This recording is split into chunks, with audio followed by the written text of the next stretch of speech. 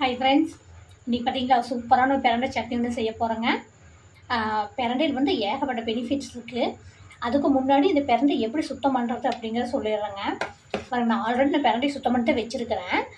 ஆனால் இதுக்கு முன்னாடி போட்ட வீடியோவில் எப்படி சுத்தம் பண்ணுறதுன்னு சொன்னேன். இருந்தாலும் இதுக்கு ஒருக்கா சொல்லிக்க நிறைய பேர் தெரியாது.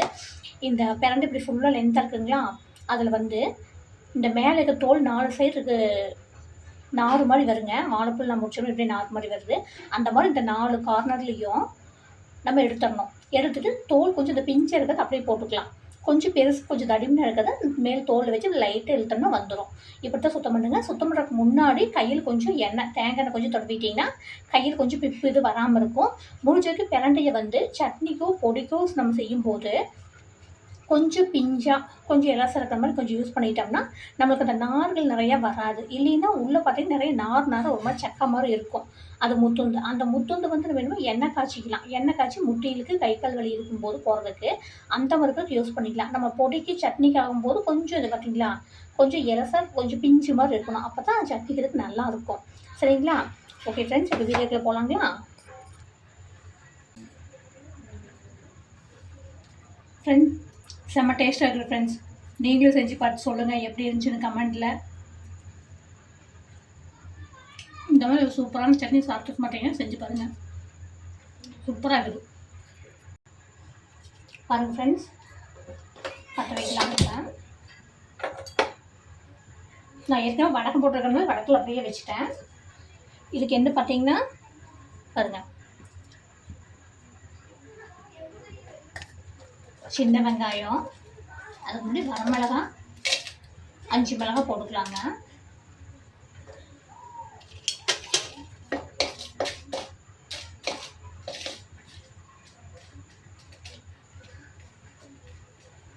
அப்படியே கொஞ்சம் காயிட்டும்.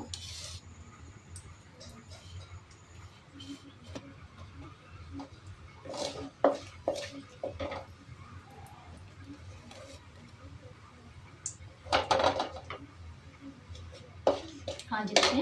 இப்போ சின்ன வெங்காயம் ஒரு 15-20 வெங்காயம் செலக்ட் பண்ணி வச்சுக்கிறேங்க. இது ஒரு 5 பல் பூண்டு அந்த புளி அப்புறமா சேர்த்துக்கலாம். கொஞ்சம் வணங்கட்டும், முடிக்கலாம். சீரகம் ஒரு ஸ்பூன் போடுறேங்க. சில பேர் கடலைப்பருப்பு, உளுந்தம்பருப்பு, அப்புறம் எள்ளு இதெல்லாம் போடுவாங்க. நாங்கள் அதெல்லாம் போட மாட்டோங்க. ஏன்னா இதெல்லாம் அது போட்டால் ரொம்ப ஒரு மாதிரி மதமதம் இருக்கிற மாதிரி இருக்கும்.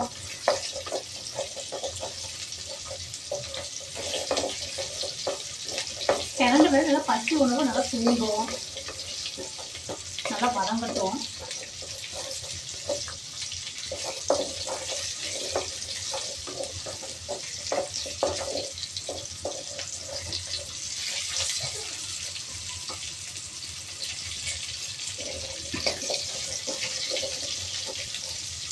வெங்காயம் வதங்கிடுச்சுங்க. இப்போ இந்த நான் வந்து கரண்டியை கொஞ்சம் கட் பண்ணி வச்சுருக்கேன். அப்போ வதங்குறது கொஞ்சம் ஈஸியாக இருக்கும் அப்படின்னு.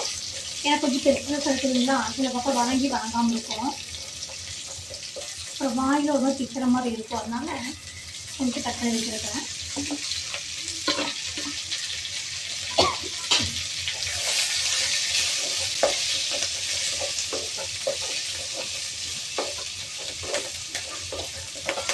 பிரண்டையை நல்லா வணக்கிடணுங்க.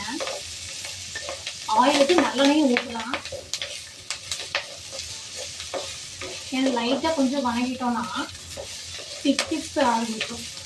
நார்த்தி இதெல்லாம் இருக்குங்களா, இதுக்கு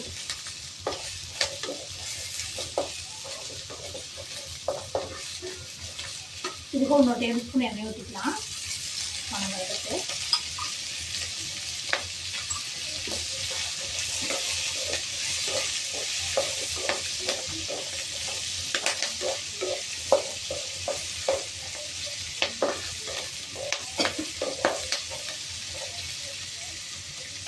நல்லா வதங்கிடுங்க. அது பிரண்டையில் நிறைய பெனிஃபிட்ஸ் இருக்குதுங்க. போன்ஸு ரொம்ப வீக்காக இருக்கிறவங்க, இந்த ஜாயிண்ட் பெயின் இருக்கிறவங்க, இவங்க எல்லாத்துக்குமே வருது. இவங்க எல்லாத்துக்குமே பார்த்தீங்கன்னா பிரண்டையை ஆரம்பத்துலேருந்தே சாப்பிடணும்.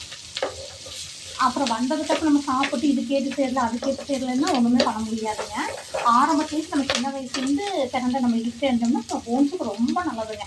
நம்ம ஹாஸ்பிட்டல் பக்கமே போகிறதில்ல. 80 வயசு ஆனாலும் மூட்டு வலி வராது, ஜவ்வு தேய்மானம் வராது, பசி உணவு நல்லா எடுக்குங்க. பசி இல்லை அப்படின்னு நம்மளுக்கு ஒவ்வொரு நாள் பார்த்தீங்கன்னா பசியே இருக்காது.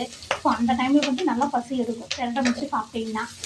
இதுக்கு நம்ம வெறும் பிரண்டை, புளி, உப்பு இது மட்டுமே நல்லா கொஞ்சம் வணக்கி அதை மட்டுமே அம்மியில் அரைச்சி சாப்பிடுவாங்க. நல்லா பசியாகுங்க அதை சாப்பிட்டு பண்ணலாம். அப்புறம் இன்னொன்றுங்க, சுகர் இருக்கிறவங்க பிரண்டை சாப்பிடக்கூடாதுன்னு சொல்லுவாங்க. அது என்ன அப்படின்னு தெரியல. ஆனால் டாக்டர் சொல்லிட்டாலும் சொல்லிக்கிறாங்க. எங்களுக்கு தெரிஞ்ச ஓட்டுறவங்களுக்கு சொல்லியிருந்தாங்க. அதனால் அதை மட்டும் கொஞ்சம் கன்சல்ட் பண்ணி இதை சாப்பிட்டுக்கோங்க. சுகர் இருக்கிறவங்க பிரண்டை சாப்பிடக்கூடாது அப்படிங்கிற மாதிரி சொல்லியிருப்பாங்க. எனக்கு அது சரியாக தெரியல. எதுக்கும் டாக்டர் கேட்டு பண்ணிக்கலாம்.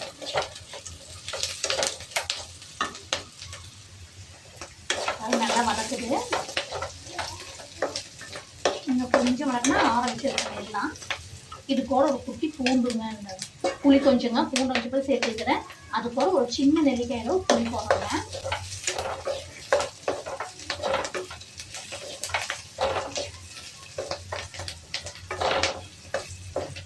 நம்ம உடம்பை பொறுத்தவரைக்கும் உடம்பு எல்லாமே சீராக இருந்தால் தான் உடம்பு நல்லா இருக்குங்க.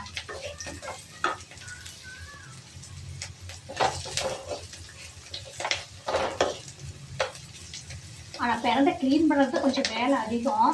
பிரண்டை ஒன்று, முருங்கைக்கீரை ஒன்று. ஆனால் இதில் பலன் அதிகமாக இருக்குது. எது வேலை அதிகம், எது கஷ்டப்படணும் அதுதானே பலம் அதிகமாக இருக்கும். ஆனால் சில பேர் தெரியறதில்ல.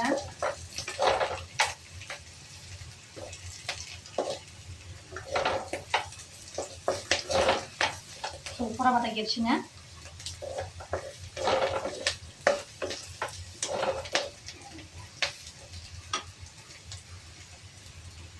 இப்போ உப்பு கொஞ்சம் சேர்க்கறது தேவையான அளவு உப்பு போட்டுக்கலாம்.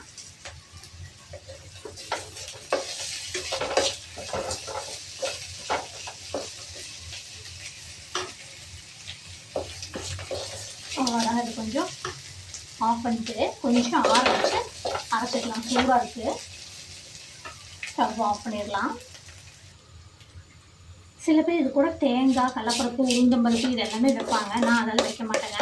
அது குவான்டிட்டி அதிகமாக வேணும் அப்படின்னா தக்காளி இதெல்லாம் வச்சு தேங்காய் எல்லாம் வச்சு இது பண்ணலாம். இது வெறும் நம்ம வெயில் இருக்கிறவங்க, கொஞ்சம் பசி ஆகாதவங்களுக்கு சாப்பிட்றதுக்கு இந்த மாதிரி தான் செய்யணும். அதுவும் இல்லாமல் வெறும் பிரண்டை, வரமிளகாய், புளி, உப்பு இது மட்டும் வச்சு அரைச்சி பாருங்கள். அது செம்ம டேஸ்ட்டாக இருக்குங்க. வெங்காயம் இது வைக்காமல் பூண்டு நல்ல மருத்துவ குணம் இருக்குது. சின்ன வெங்காயம் அதை விட மருத்துவ குணம் இருக்குது. அதனால சீரகம் அது உடம்பு வந்து ரொம்ப நல்லது. குளிர்ச்சியாக இருக்கும், உடம்பு சீராக வச்சுருக்கும். அதனால உடம்புக்கு ரொம்ப நல்லது. ஸோ அப்படிங்கிறனால நான் அதை மட்டும் போட்டுருக்கிறேன். கடலப்பருப்பு, உளுந்து பருப்பெல்லாம் நான் அதை எப்பவுமே சேர்த்த மாட்டேன். இப்போ இதை அரைச்சிக்கலாங்களா? எப்படி மிக்சர் மாற்றிக்கலாங்க.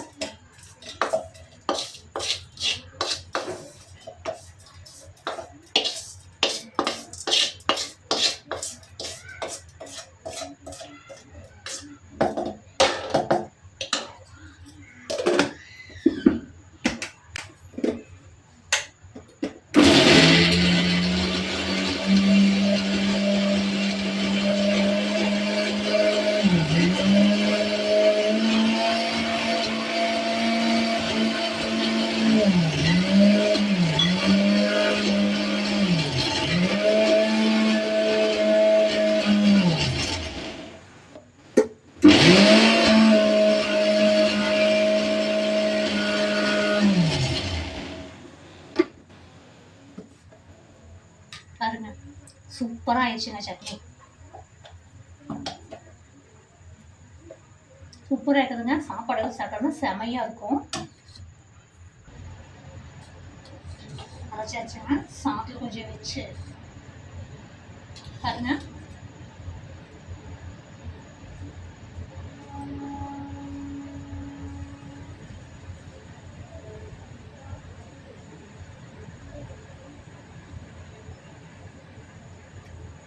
செம்ம டேஸ்ட்டுங்க.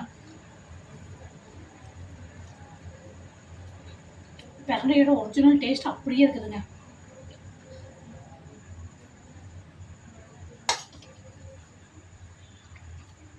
நீங்கள் செஞ்சு பார்த்துட்டு